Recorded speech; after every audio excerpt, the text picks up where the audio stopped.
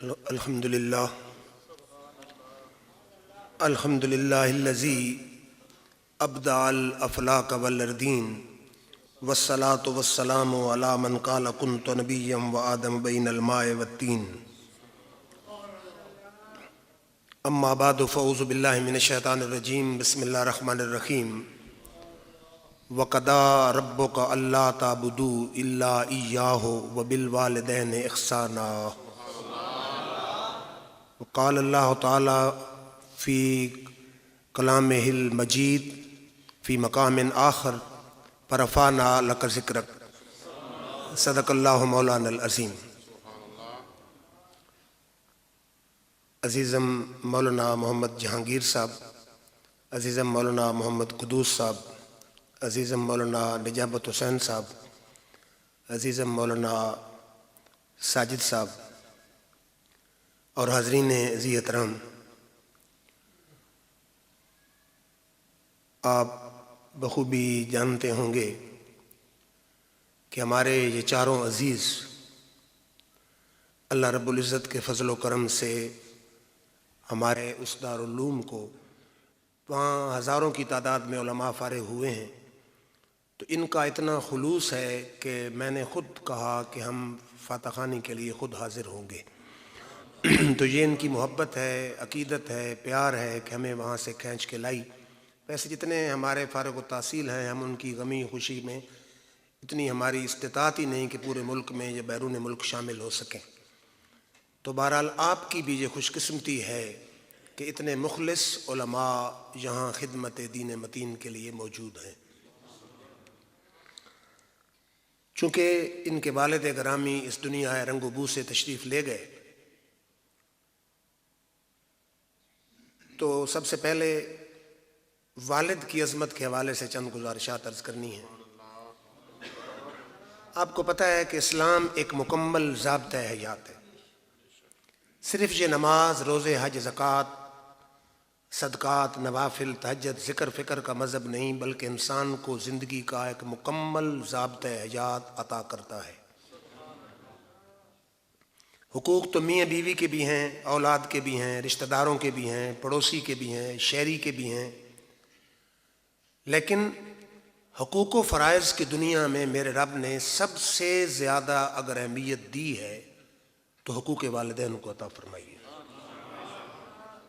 اور علماء کہتے ہیں کہ حقوق والدین کی عظمت کی انتہا ہے کہ جہاں میرے رب نے اپنا ذکر فرمایا عبادت کا، متصل والدین کا ذکر فرما دیا۔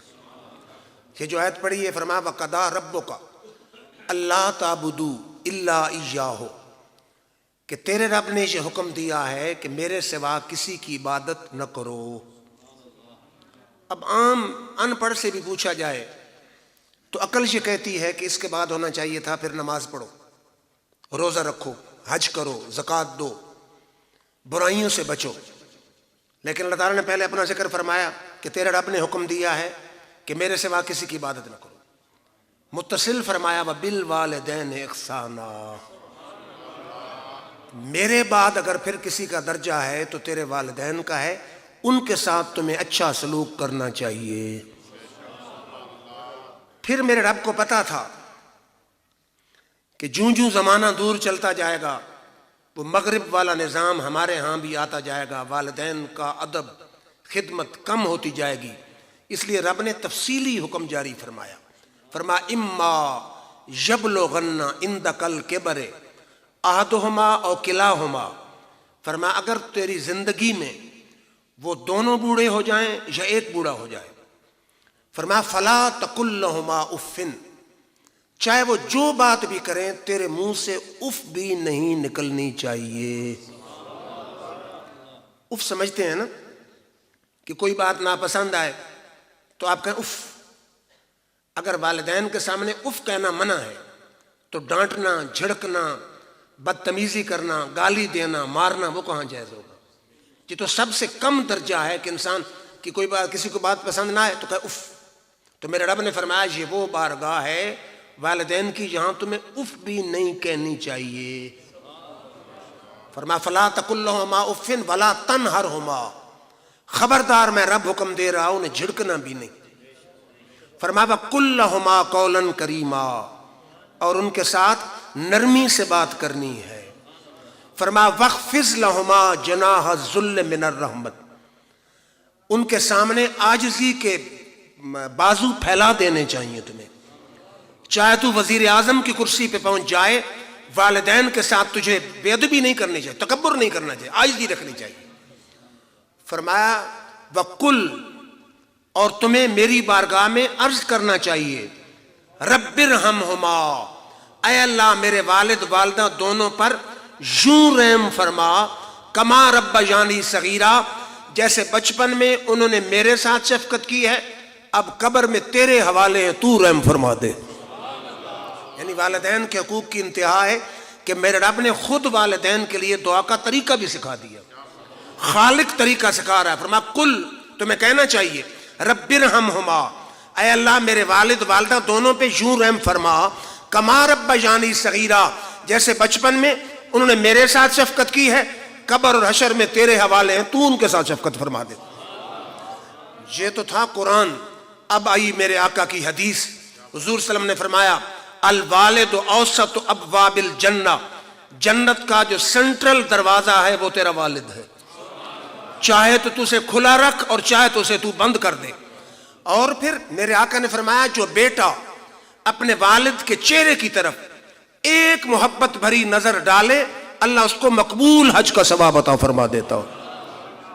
پھر اس امت پر میرے رب کا کرم ہے کہ یہ شرط نہیں ہے کہ آپ کا والد ولی اللہ ہو، کوئی بڑا عالم ہو، پیر ہو، یا نیک ہو، صالح ہو، ولی ہو، کوئی شرط نہیں، صرف آپ کا والد مسلمان ہو، چاہے گناہگار کیوں نہ ہو، آپ اس کے چہرے پر اگر ایک محبت بھری نظر ڈالیں گے، میرا رب آپ کو مقبول حج کا ثواب عطا فرما دے گا۔ اور اگر باپ بیٹے کی طرف، اس کے اپوزٹ، باپ اگر بیٹے کی طرف محبت بھری نظر دیکھے، یہ کس وقت دیکھے گا؟ جب بیٹا خدمت گزار ہوگا، تابع دار ہوگا، عاجزی کرنے والا ہوگا۔ اگر باپ بیٹے پر محبت بھری نظر ڈالے تو رب بیٹے کو ایک غلام آزاد کرنے کا ثواب عطا فرما دیتا۔ اور میرے آقا نے فرمایا کہ جو بیٹا ہر صبح، کسی صبح بھی والد والدہ دونوں کی زیارت ثواب کے لیے کرتا ہے، اللہ اس کے لیے جنت کے 2 دروازے کھول دیتا ہے۔ اور یہ بھی میرے آقا کی حدیث ہے کہ والدین کی دعا یا بد دعا اولاد کے حق میں یوں ہے جیسے نبی کی دعا امت کے حق میں ہوتی ہے۔ آپ نے بات نہیں سمجھی؟ میرے آقا تشریف فرمائے، مسجد نبوی کا ماحول ہے، ایک عربی کھڑا ہو گیا، اس نے کہا یا رسول اللہ صلی اللہ علیہ وسلم، مال اولاد ہلاک ہو گئے، بارش نہیں ہو رہی۔ میرے آقا نے ہاتھ اٹھائے، صحابہ کہتے بادل کا نشان بھی نہیں تھا، بادل آ بھی گئے، برسنا بھی شروع ہو گئے، مسجد نبوی کی چھت ٹپکنا بھی شروع ہو گئی، حضور صلی اللہ علیہ وآلہ وسلم کی داڑھی سے پانی کے قطرے گرنے بھی شروع ہو گئے، میرے آقا نے ابھی تک منہ پہ ہاتھ پھیرا ہی نہیں تھا۔ یہ ہے نبی کی دعا میں قبولیت کی جلدی۔ میرے آقا نے فرمایا جیسے نبی کی دعا امت کے حق میں جلدی قبول ہوتی ہے، والدین کی دعا اولاد کے حق میں یوں ہی جلدی قبول ہو جاتی ہے۔ اور پھر ایک صحابی نے پوچھا جی کہ والدین کا کیا حق ہے؟ میرے آقا نے فرمایا ہما جنتوں کا و ناروں کا، تیرے والدین تیرے لیے یا جنت ہیں یا دوزخ ہے۔ خدمت کرے گا تو خدمت کے صدقے رب تجھے جنت عطا فرما دے گا، اگر نافرمانی کرے گا تو نافرمانی کے بدلے میں اللہ تجھے دوزخ میں جھونک دے گا۔ تو یہ اللہ تعالیٰ کی بہت بڑی نعمت ہوتے ہیں، ان کی زندگی میں خوش رکھنا چاہیے، راضی رکھنا چاہیے۔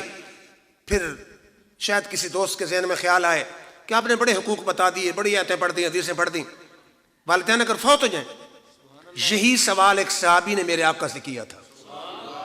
اس نے کہا حل باقی من بر ابوی شیء ابرہما بعد موتہما، یا رسول اللہ صلی اللہ علیہ وسلم کیا والدین کے مرنے کے بعد بھی کوئی حق رہ جاتا ہے کہ میں ان کے مرنے کے بعد وہ حق ادا کروں؟ اب اگر حق کوئی نہ ہوتا تو حضور صلی اللہ علیہ وسلم تو آئے ہی شرک و بدعت مٹانے تھے، کہنا چاہیے تو اللہ کوئی حق نہیں۔ حضور نے فرمایا نعم، ہاں میرے صحابی، والدین کے مرنے کے بعد بھی ان کے حق، حقوق اولاد پر باقی رہتے ہیں۔ اس نے کہا جی کون سا حق؟ فرمایا الصلاۃ علیہما، پہلا والدین کا حق اور اولاد کا فرض ہے کہ اپنے والدین کی نماز جنازہ پڑھے۔ جہانگیر صاحب جب میں نے یہ حدیث پڑھی نا تو میں حیران ہوا، میں نے کہا اولاد جنازے تو پڑھتی ہے،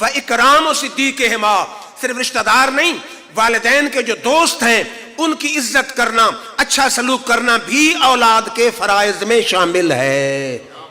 فرمایا وانفاذ عہدہما، والدین نے جس سے کوئی وعدہ کیا ہے، اچھا بیٹا وہ ہے شریعت کی نظر میں کہ باپ کے وعدوں کو بھی پورا کرتا ہے۔ یہ تو تھے والدین کے حقوق۔ اب والدین کے حقوق اور اس اللہ کا تعارف ملا کس کے صدقے؟ دیکھیں نا، وہ ملے تو ایمان ملا، ایمان تو کیا رحمان ملا، قرآن بھی تبھی ہاتھ آیا جب دل نے وہ نور ہدا پایا۔ جو کچھ ہمیں دین کی سمجھ آئی ہے، رب کا تعارف ہوا ہے، انسانیت کی سمجھ آئی ہے، انسان کو اپنے مقام کا پتہ چلا ہے، کس کے صدقے؟ سب کچھ آمنہ کے لال کے صدقے ہوا ہے۔ پھر ہمارے عزیز نے کہا کہ آپ مقام مصطفیٰ کیا ہے؟ مقام مصطفیٰ انسان کی عقل فکر سے ماورا ہے۔ کیسے؟ ایک ہوتا ہے مکان، میم کاف کش والا اور نون، مکان، فلاں کا مکان کیسا ہے لوگ کہتے ہیں۔ ایک ہوتا ہے مقام، ان دو میں فرق۔ اب میں بیٹھا ہوں، اب میرا مکان کیا ہے؟ جہاں میں بیٹھا ہوں یہ میرا مکان ہے۔ اب نجابت صاحب بیٹھے، ان کا مقام، مقام کا مطلب ہے یہ حافظ ہیں، کس کیٹیگری کے حافظ ہیں؟ تجوید انہیں آتی ہے، عالم ہے، فقہ ان کی کیسی ہے، صرف کیسی ہے، نحو کیسی ہے، اصول حدیث کیسا ہے، حدیث کیسا ہے، تفسیر کیسی پڑھی ہے، اصول تفسیر کیسی پڑھی۔ کہتے ہیں نا ولی را ولی میں شناست، ولی کو ولی پہچانتا ہے، عالم کو عالم پہچانتا ہے۔ تو مقام سمجھنا آسان ہے، مقام سمجھنا مشکل ہے۔ معراج کی رات جس آقا کا مقام کسی کو پتہ نہیں، اس کا مقام یعنی معراج والی رات۔ مقام سمجھنا تو آسان ہے، کوئی کہاں بیٹھا ہے، مقام سمجھنا تو آسان ہے۔ حضور کے جب مقام کا پتہ نہیں کہ کہاں بیٹھے تو مقام کا اندازہ کون لگا سکتا ہے؟ تیرا مقام یا نبی کوئی سمجھ سکا نہیں، تیرا مقام یا نبی کوئی سمجھ سکا نہیں، تیری تو راہ گزر تک کوئی کبھی گیا نہیں۔ تجھ سا حسین اے جان جان دیکھا نہیں سنا نہیں، تجھ سا سخی جہان میں ہوگا نہ ہے ہوا نہیں۔ پھر توجہ فرمائیے، حضور کا مقام دیکھنا ہو تو معراج والی رات دیکھیے کہ میرے آقا بیت المقدس پھر آسمانوں کی طرف سدرہ پہ پہنچے۔ سدرہ کہاں ہے؟ چھٹے اور ساتویں آسمان کے درمیان۔ سدرہ سے میرے آقا آگے چلنے لگے تو جبریل رکنے لگا۔ میرے آقا نے فرمایا جبریل آگے چل۔ اس نے کہا لو دنو تو ان ملتن لہ ترکتو، یا رسول اللہ اگر بال کے برابر بھی آگے چلوں اللہ کے انوار و تجلیات میرے پر جلا کے رکھ دیں۔ تو حضور آگے جا رہے ہیں، سارے فرشتوں کا سردار وہاں رک گیا۔ میرے آقا نے فرمایا جبریل کوئی خواہش ہے تو بتا، آج میں وہاں جا سکتا ہوں جہاں تیرا تصور بھی نہیں جا سکتا۔ ہمارے علماء کہتے ہیں کہ میرے آقا حضرت ابراہیم خلیل اللہ اپنے دادا کا بدلہ لے رہے تھے کہ جب حضرت ابراہیم الخلیل اللہ کو پینگ پر بٹھایا گیا نا، آگ میں ڈالنے کے لیے نمرود نے بٹھایا، تو جبریل اس نازک گھڑی میں آیا، اس نے کہا اے ابراہیم خلیل اللہ میں وہاں جا سکتا ہوں جہاں آپ نہیں جا سکتے، کوئی عرض ہے تو بتائیں۔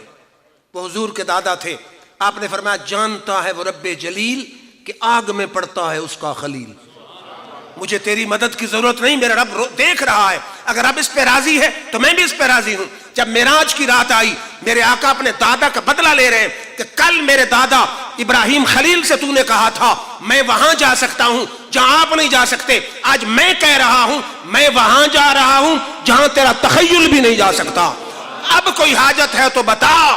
مجھے کہنے دیجئے، مجھے تو یوں لگتا ہے کہ جبریل بھی سنی عقیدے کا حامل تھا۔ اس نے کہا خواہش ہے، خواہش یہ ہے کہ جب پلسرات جو بال سے باریک تلوار سے تیز ہے آپ کی امت گزرنے لگے تو مجھے پر بچھانے کی اجازت مل جائے۔ اب علماء کہتے ہیں کہ جبریل کو امت کی خیرخواہی کی کیا ضرورت تھی؟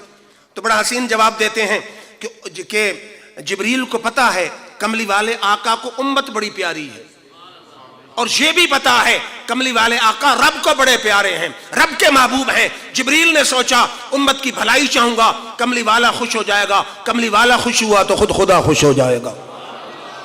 تو مقام غور حضور سدرہ سے آگے جا رہے ہیں، عالم امر سے آگے، عالم خلق سے آگے، عالم امکان سے آگے، سدرہ سے آگے، عرش سے آگے، کرسی سے آگے، دنا سے آگے، فتح اللہ سے آگے، کان کعبہ قوسین سے آگے، او ادنا کہہ کر میرے رب نے فرما دیا کہ میرا یار مکان کی ساری حدوں سے آگے جا گیا ہے۔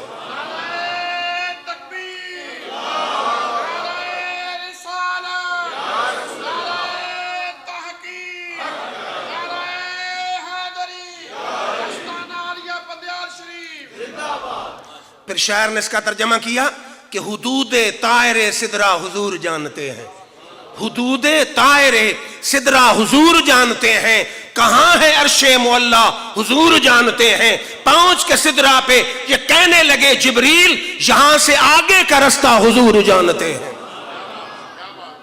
پھر حضور کا مقام دیکھنا ہو تو مسلم شریف کی حدیث ہے، توجہ میری طرف رکھیں۔ جبریل آیا، اس نے کہا جی اللہ نے بھیجا ہے کہ آپ کی امت ایک قرات پر قرآن پڑھ سکتی ہے۔ حضور نے فرمایا جبریل واپس جاؤ، اللہ سے کہے کہ میری امت کے لیے اور آسانی پیدا کرے۔ جبریل پھر گیا، پھر آ گیا، اس نے کہا جی اللہ فرماتا ہے آپ کی امت 2 قراتوں پہ قرآن پڑھ سکتی ہے۔ حضور نے فرمایا پھر جاؤ واپس، اللہ سے کہے اور آسانی پیدا کرے۔ اللہ نے فرمایا تیسری بار محبوب تیری امت 7 قراتوں پہ قرآن پڑھ سکتی ہے۔ آپ نے بات نہیں سمجھی؟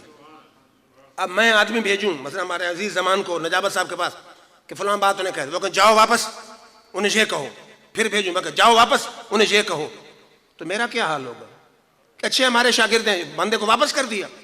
اب حضور کی طرف اللہ نے جبریل بھیجا، آپ کی امت ایک قرات پر قرآن پڑھ سکتی، حضور نے فرمایا جاؤ واپس۔ تو چاہیے تھا رب ناراضگی کا اظہار کرتا کہ میرا بھیجا ہوا مخلوق میری، میں بہتر جانتا ہوں یا تم بہتر جانتے ہو، ہر بار لوٹا رہے ہو، بجائے ناراضگی کے۔ تیسری بار جب جبریل آیا نا، اس نے کہا میرے حبیب اللہ فرماتا ہے کہ آپ کی امت 7 قراتوں پر قرآن پڑھ سکتی ہے، اور جو 3 بار آپ کو لوٹانے کی زحمت گوارا کرنی پڑی، اس کے بدلے میں 3 دعائیں جو آپ کا دل چاہے مانگ لیں ہم قبول فرما لیں گے۔ آپ نے بات نہیں سمجھی؟ لوٹایا حضور نے، چاہیے تھا ناراض رب ہوتا، رب نے کہا کہ 3 بار آپ کو لوٹانے کی تکلیف گوارا کرنی پڑی، اس تکلیف کے بدلے میں 3 دعائیں جو آپ کا دل چاہے مانگ لیں ہم فوراً قبول فرما لیں گے۔ اب پہلے نبیوں کو ایک دعا دی گئی گارنٹی والی، ویسے جتنی چاہیں مانگ سکتے ہیں، ایک دعا وہ دی گئی جو مانگو گے قبول فرمائیں گے۔ سلیمان علیہ السلام نے اپنی بادشاہت کے لیے مانگ لی، ابراہیم علیہ السلام نے دعا مانگی کہ میری اولاد میں نبوت باقی رہے، نوح علیہ السلام نے دعا مانگی نافرمان امت کو غرق کر دے۔ میرے آقا نے پہلی دعا کیا مانگی؟ اللہم اغفر لامتی، اے اللہ میری امت کے کبیرہ گناہ معاف فرما۔ پھر فرمایا اللہم اغفر لامتی، اے اللہ میری امت کے صغیرہ گناہ معاف فرما۔ 2 دعائیں مانگ کے فرمایا اخرت الثالثۃ لیوم یرغب الخلق الی حتی ابراہیم، فرما 2 دعائیں مانگ لی ہیں، تیسری بچا لی ہے میدان محشر کے لیے، جب ساری مخلوق میرے در پہ آئے گی، حتیٰ کہ خلیل اللہ بھی میرے در پہ آئیں گے۔ آپ نے بات نہیں سمجھی؟ اللہ نے فرمایا 3، توجہ میری طرف رکھیں، 3 دعائیں جو مانگیں قبول فرمائیں گے۔ 2 حضور نے مانگ لی، دعائیں کون سی؟ کہ جو مانگو گے ضرور قبول ہوگی۔ اب میدان معاشر میں میرے آقا فرما دیں یا اللہ میری ساری امت جنت میں بھیج، اللہ کیا کہے گا؟ گارنٹی پہلے ہے، جو مانگو گے دیں گے۔ 2 مانگ لی، ایک باقی رکھ دی۔ پہلے تو یہ دیکھیں، پہلے انبیاء نے جو ایک گارنٹی والی دعا تھی اپنے لیے مانگی ہے، میرے آقا کو 3 دعائیں دی گئی، دونوں امت کے لیے مانگی ہے، تیسری بھی امت کے لیے مانگنی ہے۔ تو یہ فرق ہے کلیم اور حبیب میں، وہ اپنے لیے مانگ رہے ہیں، ہمارے آقا غلاموں کے لیے مانگ رہے ہیں۔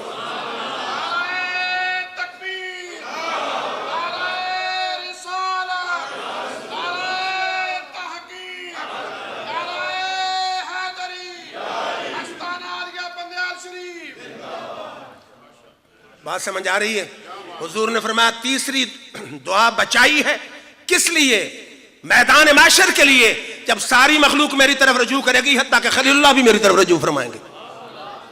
پھر توجہ فرمائیے، ولیوں کے سردار ہیں شیخ عبدالعزیز دباغ، آپ فرماتے لو عاش جبریل الی 100,000 سنۃ الی 100,000 سنۃ الی ما لا نہایت لہ ما بلغ رب معرفت النبی صلی اللہ علیہ وسلم، اگر جبریل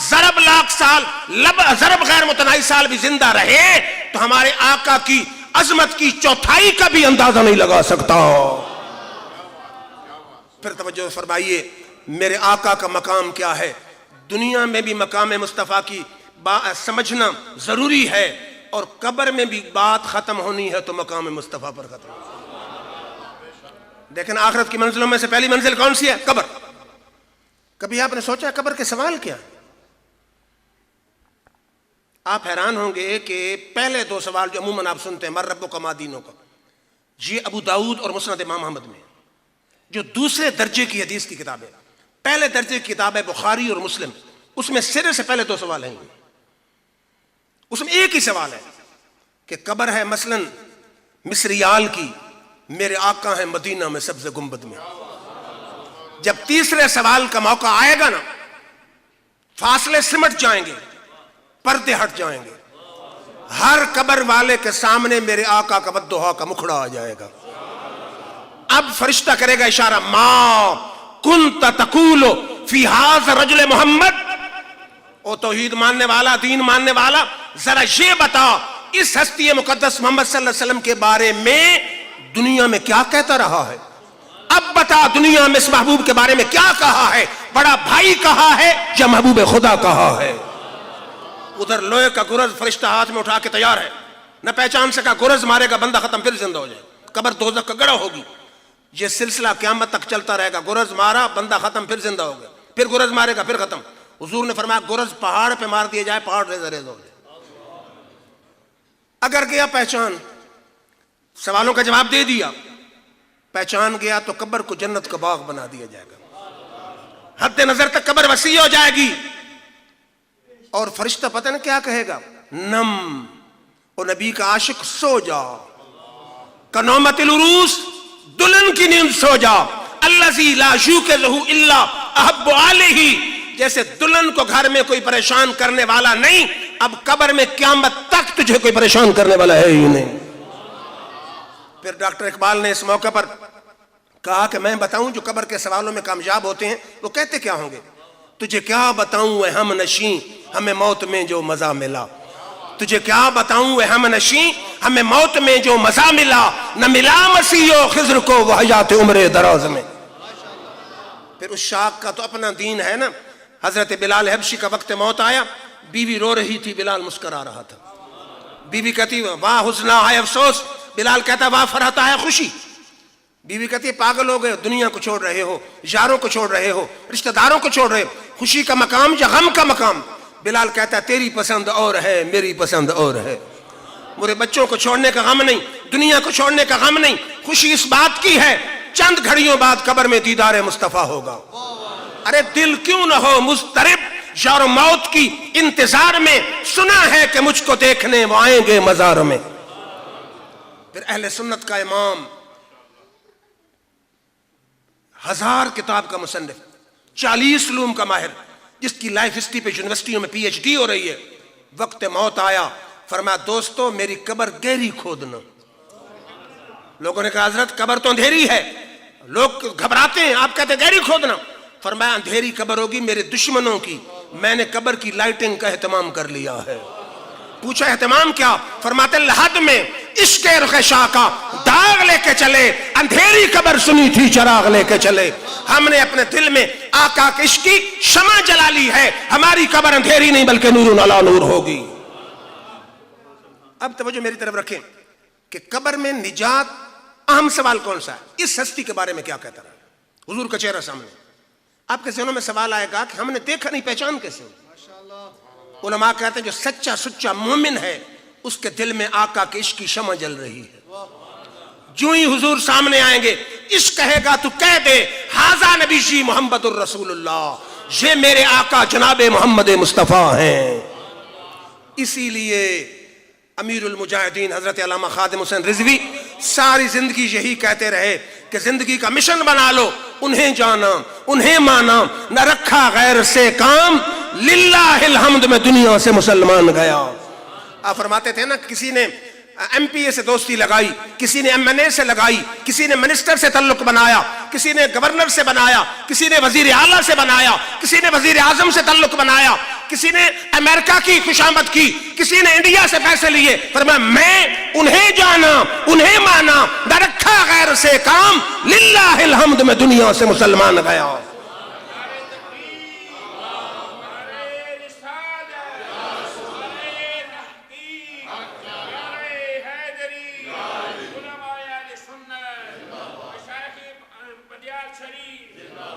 اور فرماتے ہیں نا حضور سے اتنی محبت کر، اتنا عشق رکھ، اتنا تعلق بنا، اتنا درود پڑھ، اتنا ذکر مصطفیٰ کی محفلوں میں آ، اتنا حضور کی اتباع کر کہ روح میری جب پیراہن خاکی سے نکلی تو روضے سے آواز آئی وہ میرا فقیر آیا۔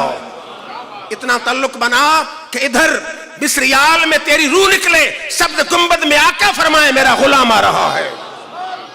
اور یہ بھی فرماتے ہیں نا کہ قبر میں لہرائیں گے تا حشر چشمے نور کے، یہ اعلیٰ حضرت کا شعر ہے لیکن پڑھتے خادم حسین تھے۔ قبر میں لہرائیں گے تا حشر چشمے نور کے، جب طلعت فرما ہوگی طلعت رسول اللہ کی۔ حضور صلی اللہ علیہ وسلم فرما، اس کا مطلب کیا ہے کہ حضور جب قبر میں آئیں گے آپ کا نور ایسے چمکے گا کہ قیامت تک میری قبر چمکتی دمکتی رہے گی۔ اور پھر وہی خادم حسین رضوی، علماء تو بڑے ہوئے ہیں، آپ فرمایا کرتے تھے نا کہ نہ سر جھکا کے جیے نہ منہ چھپا کے جیے، نہ سر جھکا کے جیے نہ منہ چھپا کے جیے، ستمگر کی نظروں سے نظریں ملا کر جیے۔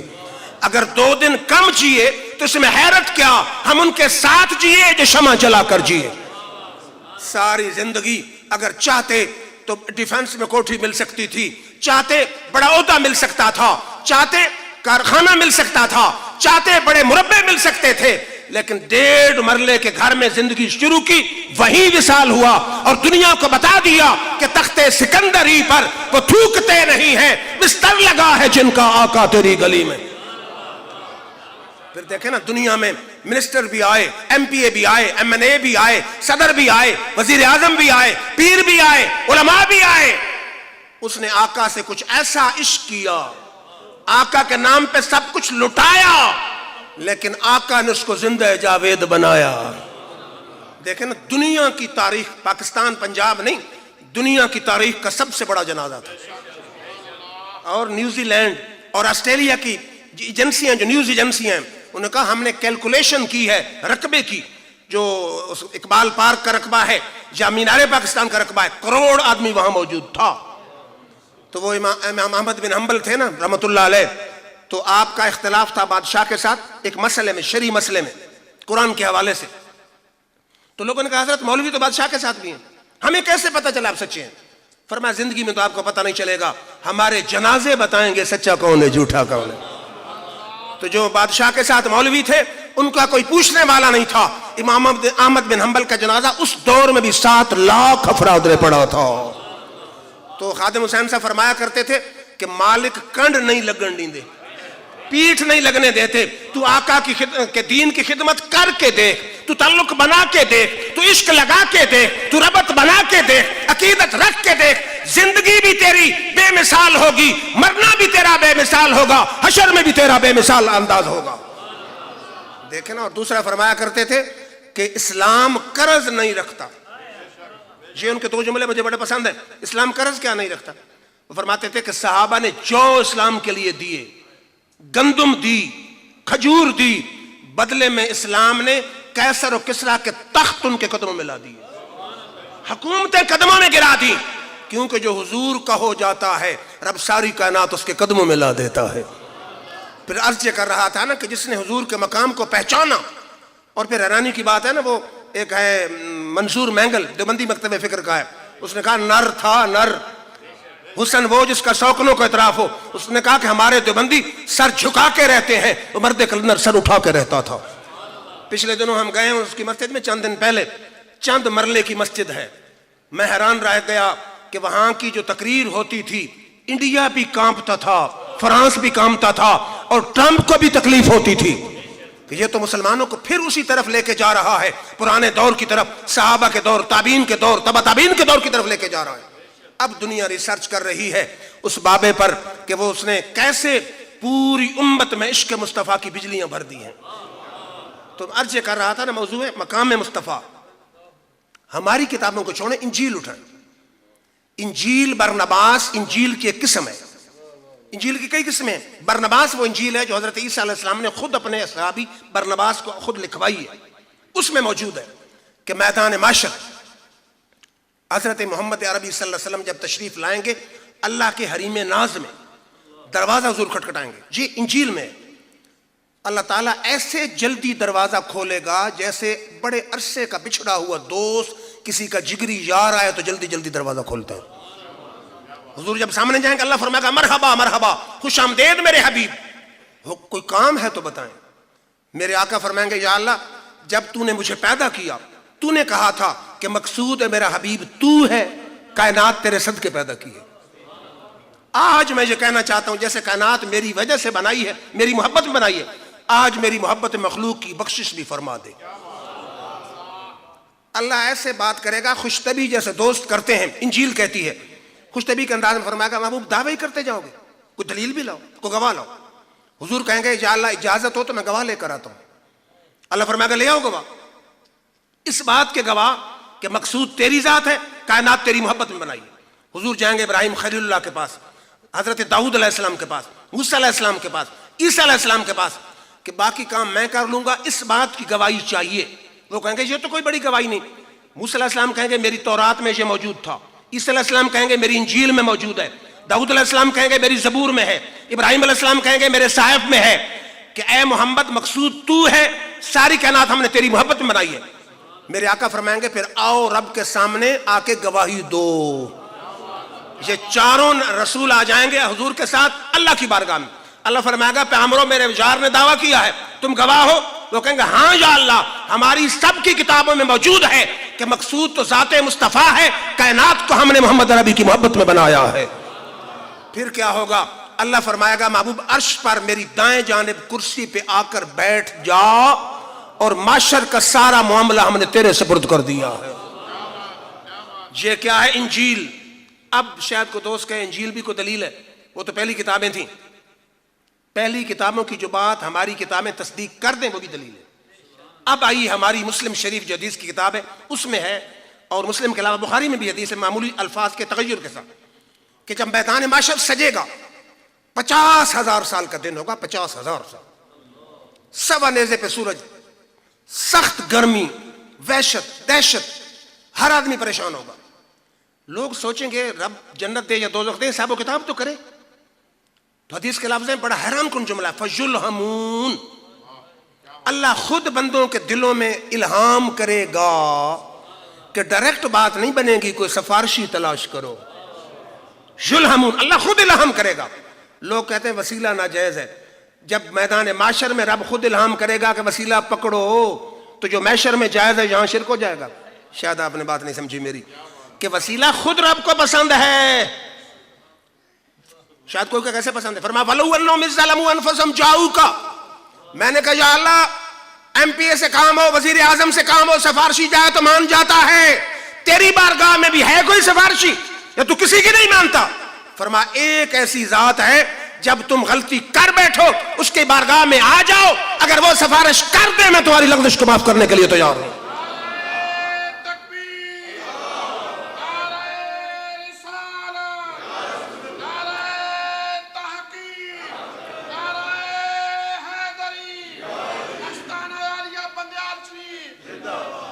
سمجھ رہے ہیں نا؟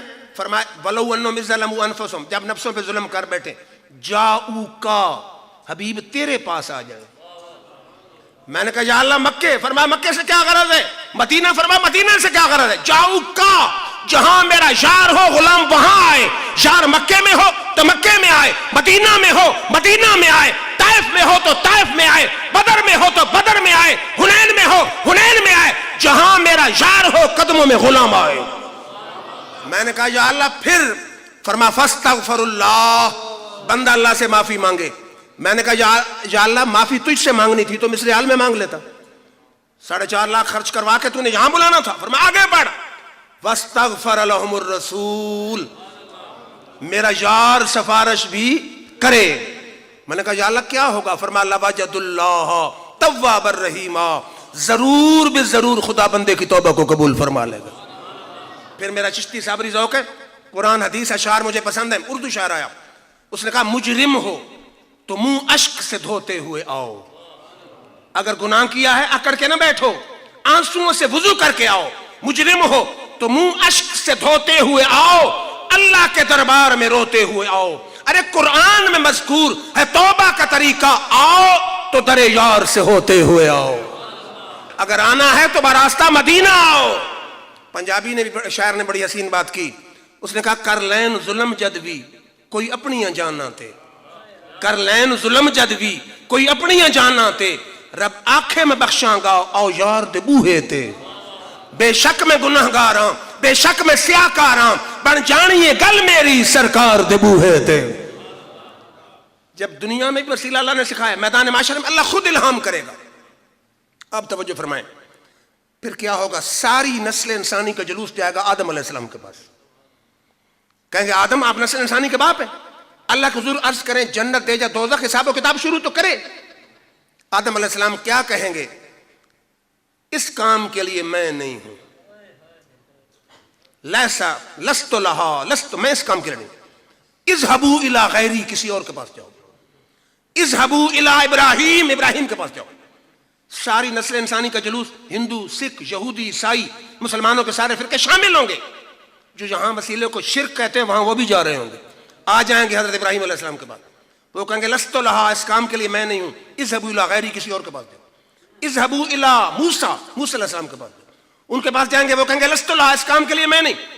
اذهبوا الی عیسیٰ، عیسیٰ علیہ السلام کے پاس جاؤ۔ آدم علیہ السلام، ابراہیم علیہ السلام، موسیٰ علیہ السلام، عیسیٰ علیہ السلام، جب عیسیٰ علیہ السلام کے پاس جائیں گے وہ کہیں گے لست لہا، اس کام کے لیے میں نہیں۔ اذهبوا الی محمد، محمد عربی کے پاس جاؤ۔ حضور کی بارگاہ میں آئیں گے، لفظ یاد رکھیں، پہلا ہر نبی کیا کہا؟ لست لہا، اس کام کے لیے میں نہیں۔ جب میرے آقا کے پاس جائیں گے آپ کہیں گے آنا لہا، اس کام کے لیے میں ہوں، میں ہوں، میں ہوں۔ پھر اردو شاعر آیا، اس نے کہا ہر نظر کانپ اٹھے گی محشر کے دن، خوف سے ہر کلیجہ دہل جائے گا، اڑ کر کالی کملی وہ آ جائیں گے، حشر کا سارا نقشہ بدل جائے گا۔ پھر سنیوں کے امام شاہ احمد رضا خان آئے، آپ فرماتے آنا لہا کہہ کے آسیوں کو لیں گے وہ آغوش مرحمت میں، آنا لہا کہہ کے آسیوں کو لیں گے وہ آغوش مرحمت میں، عزیز اکلوتا جیسے ماں کو نبی کو اپنا غلام ہوگا۔ گناہگاروں کا روز محشر شفیع خیر الانام ہوگا، دلہن شفاعت بنے گی، دولہا نبی علیہ السلام ہوگا۔ ادھر وہ گرتوں کو تھام لیں گے، ادھر وہ پیاسوں کو جام دیں گے، صراط و میزان و حوض کوثر یہی وہ عالی مقام ہوگا۔ آپ نے بات نہیں سمجھی، اعلی حضرت حدیث کے لفظ لے آئے، حضور نے فرمایا نا آنا لہا، اس کام کے لیے میں ہوں، تو اعلی حضرت کا کتنا حسین شعر ہے، فرماتے آنا لہا کہہ کے آسیوں کو لیں گے آغوش مرحمت میں۔ حضور آنا لہا کہہ کے اپنی چادر کے اندر گناہگاروں کو چھپا لیں گے، ایسے چھپائیں گے جیسے ماں اپنے بیٹے کو گود میں چھپا لیتی ہے۔ گناہگاروں کا روز محشر شفیع خیر الانام ہوگا، قیامت کے دن حضور شفاعت کرنے والے ہوں گے، اور دلہن شفاعت بنے گی، اور دلہن ہوگی شفاعت، اور دولہا ہوں گے محمد مصطفیٰ۔ ادھر وہ پیاسوں کو جام دیں گے، ادھر وہ گرتوں کو تھام لیں گے، جو گر رہے ہوں گے انہیں تھام لیں گے، پیاسوں کو حوض کوثر پلائیں گے۔ اور حدیث، دوسری حدیث ہے بڑی خوبصورت، کسی صحابی نے کہا جی میدان معاشر میں آپ کو کہاں تلاش کریں؟ فرمایا 3 مشکل مقام ہے، کبھی ایک پر، کبھی دوسرے پر، کبھی تیسرے پر۔ ایک پلسرات ہے، بال سے باریک تلوار سے تیز، حضور نے فرمایا کبھی تو پلسرات کے پار بیٹھا ہوں گا اور کہہ رہا ہوں گا رب سلم امتی، رب سلم امتی، اے اللہ میری امت کو سلامتی سے گزار۔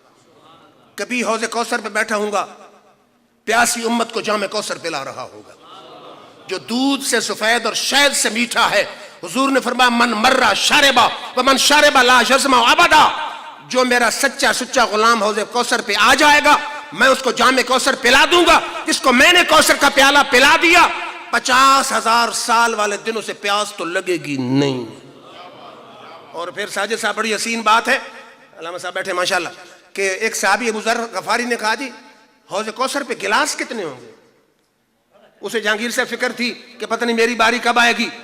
اب دیکھیں لوگ کہتے ہیں نبی کو تو دیوار کے پیچھے کا بھی علم نہیں، نبی کو تو سائنسدانوں کی بلا کو بھی پتہ نہیں، اس کا بھی علم رکھتے ہیں حضور۔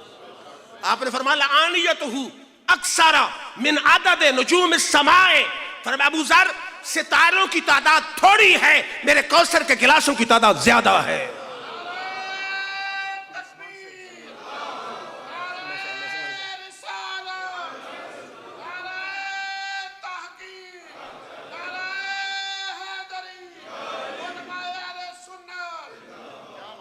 ماشاءاللہ پیر طریقت جناب صاحبزادہ محمد عثمان صاحب تشریف لائے ہیں، بڑے ہمارے پیارے دوست ہیں، بندیال بھی کافی دفعہ گئے ہیں، ہم انہیں خوش آمدید کہتے ہیں۔ پتہ نہیں میں کیا عرض کر رہا تھا کہ حضرت ابو ذر غفاری نے پوچھا جی گلاسوں کی تعداد کتنی ہے؟ اب حضور نے یہ نہیں کہا کہ میں تو صرف قرآن سنانے آیا ہوں، آپ نے فرمایا ابو ذر گھبرا نہیں، تعداد کے حوالے سے نہ گھبرا، ستاروں کی تعداد تھوڑی ہے، میرے کوثر کے جام کی تعداد زیادہ ہے۔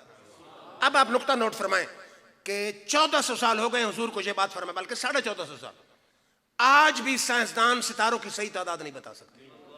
امریکہ، انگلینڈ، برطانیہ، رشیا، کوئی ملک نہیں بتا سکتا، کوئی سائنسدان۔ تو جو سائنسدان 1400 سال کی ریسرچ کے بعد بھی نہیں بتا سکتے، میرے آقا علم لدنی کے ذریعے 1400 سال پہلے اس کی خبر دے رہے ہیں۔ تو یہ تب بات ہے نا کہ حضور کو ستاروں کی تعداد کا بھی پتا ہو اور حوض کوثر کے گلاسوں کی تعداد کا بھی پتا ہو۔ حضور فرما رہے ہیں کوثر کے گلاسوں کی تعداد ستاروں سے زیادہ ہے، اس کا مطلب ہے ستاروں کی تعداد کا بھی پتا ہے اور گلاسوں کی تعداد کا بھی پتا ہے۔ سائنس جہاں آج گھٹنے ٹیک رہی ہے، میرے آقا 1400 سال پہلے اس کی خبر عطا فرما رہے ہیں۔ جو فلسفیوں سے کھل نہ سکا، جو نکتہ بروں سے حل نہ ہوا، وہ رازق کملی والے نے بتلا دیا چند اشاروں میں۔ حضور نے فرمایا نا 3 مشکل مقام ہے، پل صراط، حوض کوثر یا میزان جہاں اعمال تولے جا رہے ہوں، کبھی ایک پر، کبھی دوسرے پر، کبھی تیسرے پر ہوں گے، امت کی امداد کے لیے وہاں ہوں گے۔ تو بہرحال میں کیا عرض کر رہا تھا، حضور فرماتے ہیں میں اپنا سر آ کے سجدے میں رکھ دوں۔ بڑی خوبصورت حدیث ہے، ایمان تازہ کر دیتی ہے۔ حضور فرماتے ہیں پہلے تو اللہ کے غضب کی آوازیں آ رہے ہوں گے، لمن الملک اليوم، اللہ کا آواز آئے گا کہ آج ملک کس کے لیے ہے، پھر خود جواب دے گا للہ الواحد القہار، آج کوئی بادشاہت کا دعویٰ کرنے والا نہیں، اگر بادشاہی ہے، حکومت تو صرف رب ذوالجلال کی ہے۔ آپ فرماتے ہیں جب میں سر سجدے میں رکھوں گا غضب کے آوازیں ٹھنڈے، میرا رب فرمائے گا ارفع راسک یا محمد، اے محمد ذرا سر کو اٹھاؤ تو صحیح، والضحیٰ کا مکھڑا دکھاؤ تو صحیح۔ فرمایا کل، فرمائیے، یسمع لک، سنی جائے گی، سل مانگو تو عطا کیے جاؤ گے، وشفا تو شفا، جس کی مرضی ہے شفاعت کو ہم قبول فرما لیں گے۔ 4 جملے ہیں، کل، فرمائیے، یسمع لک، سنی جائے گی، سل مانگو تو دیے جاؤ گے، وشفا تو شفا، جس کی مرضی ہے شفاعت کو قبول فرمائی جائے گی۔ توجہ میری طرف رکھیں، آخری جملے حضور فرماتے ہیں میں سر سجدے سے اٹھاؤں گا، اللہ فرمائے گا فانطلق، میرے حبیب جاؤ، من کان فی قلبہ مثقال حبۃ من برۃ او شعیرۃ فاخرج من النار، تیرے جس امتی کے دل میں جو یا گندم کے دانے کے برابر ایمان ہے، دوزخ سے نکال کے جنت میں لے آؤ۔ حضور فرماتے ہیں فانطلق فافعلوا، جاؤں گا جس کے دل میں جو کے دانے یا گندم کے دانے کے برابر ایمان ہے، دوزخ سے نکال کے جنت میں لے آؤ۔ میں آ کے سر پھر سجدے میں رکھ دوں، پھر اللہ وہی جملے دہرائے گا ارفع راسک یا محمد، اپنا کل یسمع لک، سل توتا وشفا تو شفا، میں پھر سر اٹھاؤں گا، اللہ فرمائے گا فانطلق، پھر جاؤ، من کان فی قلبہ مثقال حبۃ خردل من الایمان فاخرج من النار، جس کے دل میں رائی کے دانے کے برابر ایمان ہے، اس کو دوزخ سے نکال کے جنت میں لے جاؤں گا، جس کے دل میں رائی کے دانے کے برابر ایمان ہے، اس کو نکال کے جنت میں لاؤں گا۔ میں سر پھر سجدے میں رکھ دوں گا، جب پھر اللہ فرمائے گا ارفع راسک یا محمد، محمد سر کو اٹھاؤ تو صحیح، مانگو تو صحیح، جس کی مرضی ہے شفاعت کو قبول کیجئے، سر اٹھاؤں گا، اللہ فرمائے گا فانطلق، پھر جاؤ، من کان فی قلبہ مثقال، من کان فی قلبہ ادنا ادنا ادنا مثقال حبۃ خردل من الایمان فاخرج من النار، جس کے دل میں رائی کے چھوٹے سے چھوٹے دانے کے برابر ایمان ہے، اس کو بھی دوزخ سے نکال کے جنت میں لے کے آؤ۔ فرمایا جاؤں گا جس کے دل میں رائی کے چھوٹے سے چھوٹے دانے کے برابر ایمان ہے، دوزخ سے نکال کے جنت میں لے آؤں گا، سر پھر سجدے میں رکھ دوں گا۔ پھر اللہ فرمایا گا ارفع راسک یا محمد، سل توتا، کل یسمع لک، وشفا تو شفا، میں سر اٹھاؤں گا، اللہ فرمائے گا محبوب اب کیا مانگتے ہو؟ حضور فرماتے ہیں میں کہوں گا اذن لی، اب مجھے اجازت دے، فی من قال لا الہ الا اللہ، جس نے لا الہ الا اللہ بھی کہہ دیا نا، اجازت دے میں اس کو بھی دوزخ سے نکال کے جنت میں لے آ کر۔ تو اللہ فرمائے گا محبوب لیسا ذاکا لاکا، لیسا ذاک اللہ کا، یہ بات تیرے لیے نہیں ہے. وہ کبریائی و عزتی و عظمتی و جبریائی لأخرجن من قال لا الہ الا اللہ، یہ میرا تیرے ساتھ وعدہ ہے، جس نے تیری امت میں لا الہ الا اللہ بھی کہہ دیا میں خود اس کو دوزخ سے نکال کے جنت میں لے کے آ جاؤں گا. یہ کون ہے؟ میرے آقا. اسی لیے سکالر کہتے ہیں نا جی کہ محبت کس سے کی جاتی؟ جس نے ماضی میں احسان کیا ہو، یا حال میں کیا ہو، یا مستقبل میں. آقا کا ماضی میں بھی احسان ہے، حال میں بھی احسان ہے، اور مستقبل میں بھی احسان کی امید ہے. اس لیے کیوں نہ محبت کروں. ہر مسلمان کا کام کیا ہے؟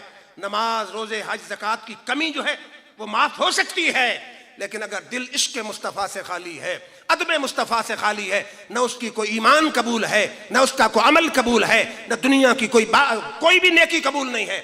نیکی اور اچھائی تب قبول ہوگی پہلے دل عشق مصطفیٰ سے معمور ہوگا، دل میں آقا کی محبت ہو، آقا کا پیار ہو، آقا سے تعلق ہو. تو آج جتنے احباب تشریف لائے ہیں سب اپنے اللہ سے وعدہ کریں کہ زندگی کیسے گزارنی ہے کہ انہیں جانا، انہیں مانا، نہ رکھا غیر سے کام، للہ الحمد میں دنیا سے مسلمان گیا. دیکھیں نا، ہم لاہور میں گئے، اس بابا بیچارہ ٹانگوں سے معذور، 1.5 مرلے کے مکان میں رہنے والا، قبر پہ آج بھی زیارت کرنے والوں کو تانتا لگا ہوا ہے. قبر آج بھی پھولوں سے لدی ہوئی ہے. وہ حدیث ہے نا کہ فرشتہ کیا کہے گا؟ نم کنومت العروس، دلہن کی نیند سو جا. اللہ کی قسم واقعی عاشقوں نے ان کی مزار کو دلہن بنا دیا ہے. اگر آپ چاہتے ہیں کہ روح میری پیراہن خاکی سے نکلی تو روزے سے آواز آئی وہ میرا فقیر آیا. حضور سے محبت کریں، حضور سے پیار کریں، حضور سے عقیدت رکھیں، بلا شرط محبت ہو اور لامحدود وفاداری ہو. زندگی یوں گزارنی ہے. کیسے؟ درود کی کثرت مشن بنا لو. دن میں آپ گاڑی چلا رہے ہیں، دکان چلا رہے ہیں، ہاتھ کار وال رہنا چاہیے، دل یار وال رہنا چاہیے. درود کی کثرت ہو، اور یاد رکھیں آپ کے سب سوالوں کا جواب اسی درود میں ہے، سب مشکلات کا حل درود میں ہے. یہ ابو داؤد اور مسلم کی حدیث. ایک صحابی آیا، اس نے کہا جی میں اپنے وقت کا چوتھے سے درود پڑھتا ہوں، ٹھیک ہے؟ حضور نے فرمایا ٹھیک ہے، لیکن درود کے لیے وقت زیادہ کر. اس نے کہا جی تیسرے سے وقت کا درود پڑھوں گا، ٹھیک ہے؟ فرمایا ٹھیک تو ہے، لیکن درود کے لیے وقت بڑھا تو بہتر ہے. اس نے کہا آدھا وقت درود پڑھوں گا. آپ نے فرمایا ٹھیک ہے، لیکن درود کے لیے وقت بڑھا تو بہتر ہے. صحابی سمجھ گیا آقا چاہتے کیا ہیں. حضور نے اس نے عرض کی حضور میں سارا وقت اپنا درود پڑھتا رہوں گا. اب میرے آقا کے 2 جملے ہیں، لکھ لو دل میں. جملے کیا ہیں؟ فرمایا اذن تکفی ہم کا. میرے صحابی اگر اپنا سارا فارغ وقت درود پڑھتا رہے گا، درود خود تیرے غموں کے لیے کافی ہو جائے گا. دنیا میں غم، ٹینشن، پرابلم، مسائل، مصائب، آفات، آلام، سب سے درود خود کافی ہو جائے گا. کسی اور ورد، وظیفے، چلے، تعویذ کی ضرورت ہی نہیں ہے. وَيُغْفَرْ لَكَ ذَنْبَكَ، فرما درود کے صدقے رب تیرے گناہ بھی معاف فرما دے گا. دنیا میں ہوتے ہیں پرابلم، مسائل، ٹینشن، آخرت میں ہیں گناہ. حضور بتا گئے درود کی کثرت کر لے، نہ کوئی دنیا کا غم رہے گا، نہ کوئی آخرت کا غم رہے گا. حضور پر درود کی کثرت ایک آج کا پیغام ہے. دوسرا کیا؟ جہاں ذکر مصطفیٰ کی محفل ہو چھوڑنی نہیں ہے. اگر لوگ گویا سننے چکوال جا سکتے ہیں، راولپنڈی جا سکتے ہیں، آپ ذکر مصطفیٰ سننے کیوں نہیں جا سکتے؟ حضور کا ذکر، لیکن سننا کہاں ہے کہ بولنے والے کے دماغ اور دل کی سوئی کہیں اور نہ لگی ہو، مدینہ لگی ہو. بولے اس کے منہ سے عشق مصطفیٰ کی خوشبو آ رہی ہو، نہ کہ تنقید مصطفیٰ کی بدبو آ رہی ہو. جب بولے حضور کے عشق میں بولے، محبت میں بولے، اس کے دل کی سوئی مدینہ میں لگی ہو. بول رہا ہو تو آقا کی عشق کی خوشبو آ رہی ہو. زندگی میں حضور کا ذکر سننا ہے، درود کی کثرت کرنی ہے اور آپ کی اتباع کرنی ہے. پھر دیکھیں جیسے اللہ رب العزت نے اور اس کے محبوب نے علامہ خادم حسین پر رحمتوں کی برسات کر دی ہے، آپ اور مجھ پر بھی ہو سکتی ہے. انہی الفاظ پر اجازت، واخر دعوانا الحمدللہ.